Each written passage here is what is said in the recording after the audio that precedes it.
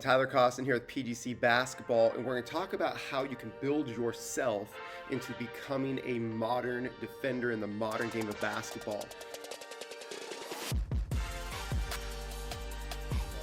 The game has changed, and the offensive game has changed a lot faster than the defensive game as more and more players are becoming more and more skilled, and they're becoming positionless. They can all pass and shoot and dribble.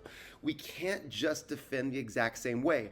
I've identified the 5 ways that if you change your defense and build yourself into a modern defender with these 5 skills, you'll become twice as effective as a defender in a real game. So let's start with number 1, and it's the one that happens the most in games. Pat Riley picked one skill to work on in every single practice that he ever ran, and that is closeouts.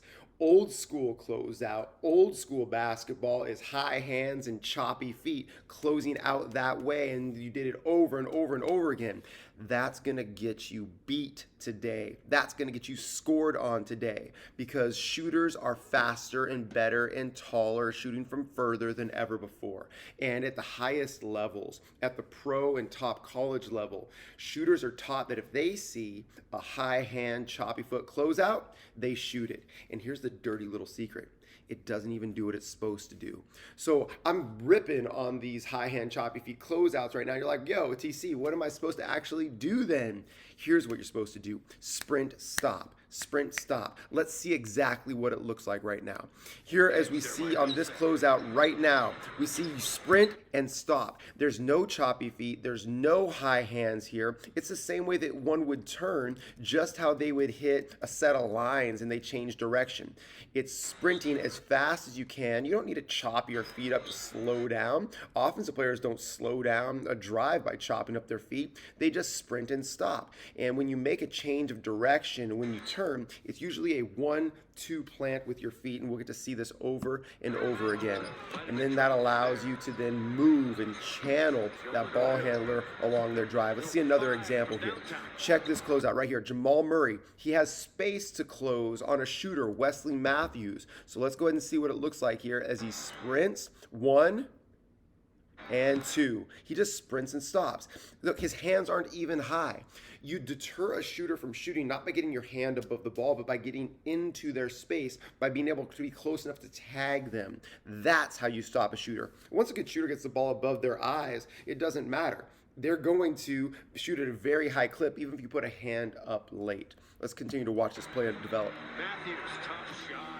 He still gets his shot off, but that was enough of a contest, not because of high hands and choppy feet, but because of where he got from an airspace. He got into his airspace from a balanced defensive position, sprint and stop, balanced defensive position, not this high hand that makes you unbalanced, and that he was still able to raise his hand with the ball and contest it. You don't need to put your hands up high. When you put your hands up high on a closeout, you actually become less athletic and slower. Common question I get from coaches is like, oh, but what about a slow player trying to sprint stop? Well, if that slow player is going to get beat anyway, why would a slow player make themselves slower by getting out of a good athletic stance?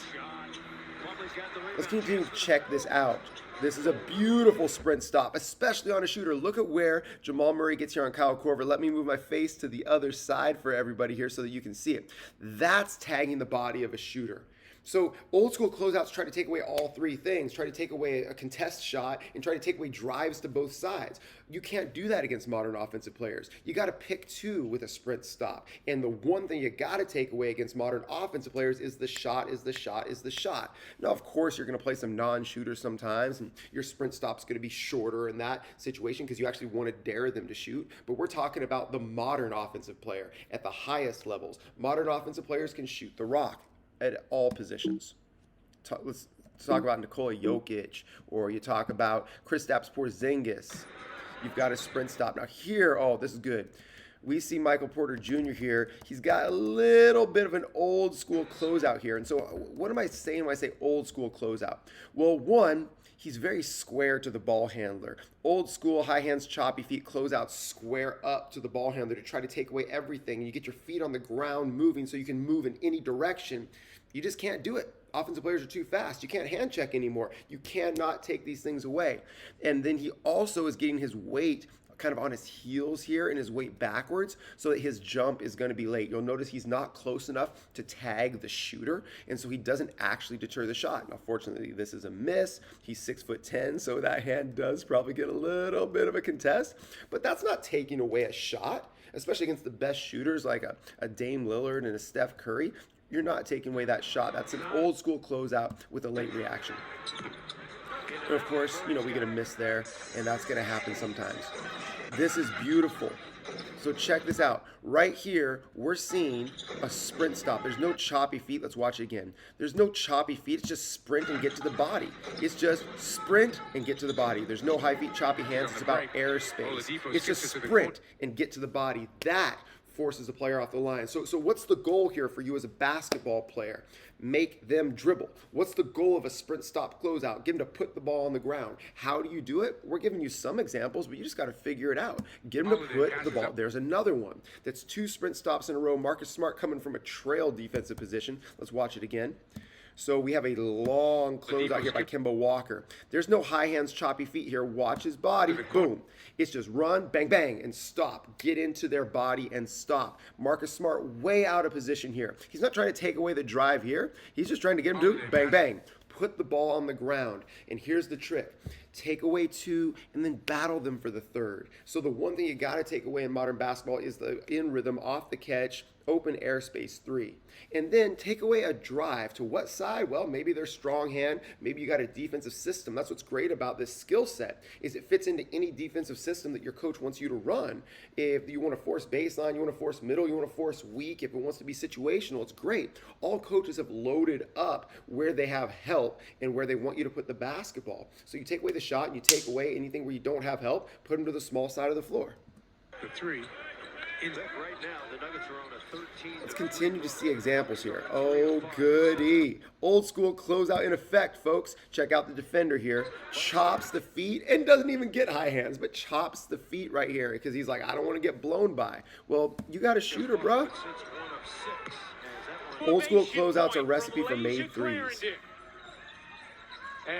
And she doesn't even do a very good old school closeout here, but you see that she runs at her and kind of tries to chop her feet up a little bit. She has her high hands, but this is not a position. Look at this defensive position right here. This is trying to focus on getting high hands and contesting the shot as opposed to being low and faster and sprinting to the body. You have more of an impact on a shooter with a sprint stop than a high hands closeout.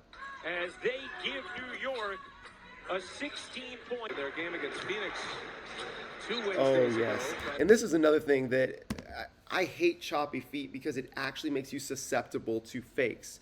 When you go with your choppy feet, you're in a position where you're reacting to the offensive player. And when you get against a great offensive player like a James Harden, from this choppy feet square stance, you got to react to anything because you're not taking away anything. So you got to react to a peek fake. You got to react to a rip to the right because you're not actually forcing the action.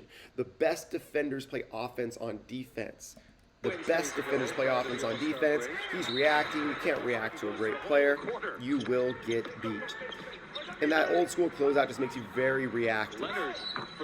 So here's another example of a player chopping up their feet and just reacting. You didn't actually take away the shot. So as we see here, watch his feet here. You see he's early about, 7, 8 feet away. He's already chopping his feet. You see how he's squaring up right here. The defender is square, chopping, chopping, chopping, chopping. He's not sprinting to the body right here. There's too much airspace. Cannot give good offensive players airspace because they've got too many weapons. And then you react to a shot late. You try to contest from your choppy feet, try to contest late. Well, that lunging on three-point shooters, especially with how we're protecting three-point shooters now, results in a 4-point play. Possible 4-point play. We'll see if Kawhi makes that free throw. Usually does. Really good sprint stop here on this catch. Check it out. And you notice the key to the sprint stop is it's not square. It's not square. So it's a ton of space, a ton of ground to cover up right here, way out of position. But then bang, we just sprint to the body. You see he's close enough in the airspace to tag. He forces the drive right there. Now, obviously, it's a great finish by Kawhi. We were just a little bit late on our help side, but we took away the 3. We made him put it on the ground. We gave our defense a chance. We gave our defense a chance to make the next play, as opposed to just ending the possession with something high percentage. Gordon had to give it up.